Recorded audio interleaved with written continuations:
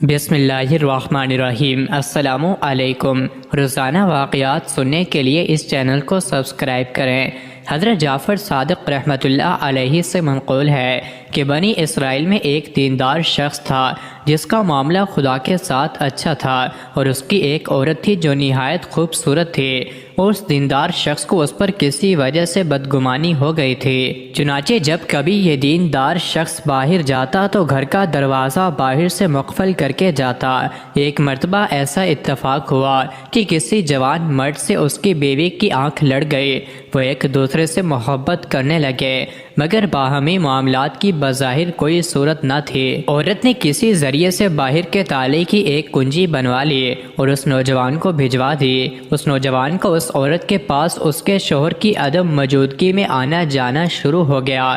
رات اور دن میں جب کبھی اس کو موقع ملتا وہ دروازے کا تالا کھول کر اس کے پاس آ جاتا۔ عورت کے شوہر کو اس آمد و رفت کی عرصہ دراز تک خبر نہ ہوئی اور یہ سلسلہ جاری رہا۔ اس کا شوہر چونکہ ایک عابد و زاہد شخص تھا تو اس کو خود بخود یہ احساس ہوا کہ اس کی عورت اس سے کچھ کنارہ کشی اختیار کرنے لگی ہے۔ چنانچہ اس نے اس خدشے سے عورت کو مطلع کر دیا اور کہا کہ مجھے اسی وقت اطمینان ہو سکتا ہے جبکہ تو اپنی عفت و عصمت پر حلف اٹھا لے گی۔ عورت اس پر راضی ہو گئی اور کہنے لگی کہ جب آپ کا جی چاہے مجھ سے حلف لے لیجئے۔ جس شہر کا یہ واقعہ ہے وہاں ایک پہاڑ تھا اور اس کے قریب ایک نہر بہتی تھی۔ وہاں جا کر بنی اسرائیل قسم اور حلف اٹھایا کرتے تھے، اور جو شخص وہاں پر جھوٹی قسم یا حلف اٹھاتا فوراً ہلاک ہو جاتا۔ میاں بیوی کے درمیان حلف کی بات چیت کے بعد اس کا آشنا اس کے پاس آیا تو اس نے اس سے اپنے شوہر کی بدگمانی اور پہاڑ پر چل کر قسم کھانے کا قصہ سنایا۔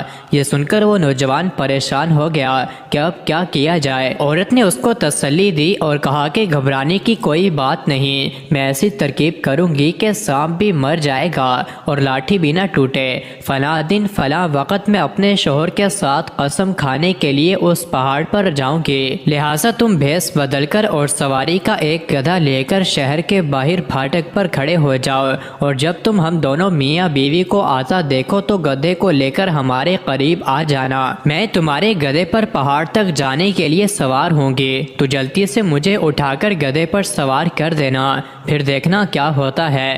چنانچہ جب حلف اٹھانے کا دن آیا تو اس دیندار شوہر نے اپنی بیوی سے کہا کہ چلو اس پہاڑ پر چلیں تاکہ تم وعدے کے مطابق حلف اٹھا کر مجھے مطمئن کر سکو۔ یہ سن کر وہ جلدی سے کپڑے بدلے بغیر چلنے کے لیے تیار ہو گئی اور کہنے لگی کہ میں پیدل پہاڑ پر نہیں جا سکتی۔ شوہر نے کہا چلو جا کر کے پھاٹک پر کوئی گدھے والا کھڑا ہوگا، اس کا گدھا کرائے پر لے لیں گے۔ چنانچہ دونوں گھر سے چل دیے۔ جب شہر کے دروازے پر پہنچے تو عورت کا آشنا گدھا لیے ہوئے وہاں موجود تھا۔ اس کو دیکھتے ہی عورت نے آواز دی کہ او گدھے والے، ہم تجھ کو نصف درہم دیں گے، کیا تو ہمیں اس پہاڑ تک پہنچا دے گا؟ وہ بولا جی ہاں پہنچا دوں گا، اور جلدی سے گدھا لے کر آیا اور عورت کو اپنے ہاتھوں کا سہارا دے کر گدھے پر بٹھا دیا اور روانہ ہو گئے۔ آگے آگے گدھا جا رہا تھا اور پیچھے پیچھے عورت کا شوہر اور وہ مصنوعی گدھے والا چل رہا تھا۔ جب پہاڑ آ گیا اور گدھے سے اترنے کا وقت آیا تو عورت نے اس بہروپیہ کو آواز دی کہ گدھا پکڑے اور مجھ کو اتار دے۔ وہ آنے بھی نہ پایا تھا کہ عورت خود بخود گدھے سے گر پڑی اور اس طرح گری کہ اس کا سطر بہروپیہ کے سامنے کھل گیا۔ عورت اس کو بناوٹی گالیاں دینے لگی تو یہ بہروپیہ بولا کہ بی بی صاحبہ میرا اس میں قصور نہیں ہے، اور اس کو پکڑ کر زمین سے اٹھا کر کھڑا کر دیا۔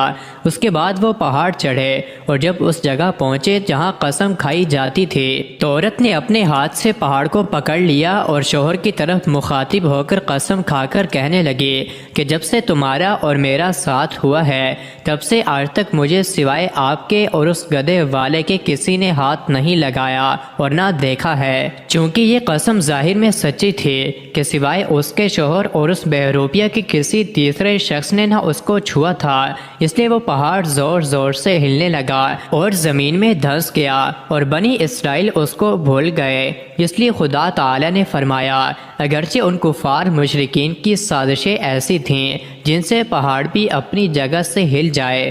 مزید ایسے ہی ویڈیوز کے لیے چینل کو ضرور سبسکرائب کریں۔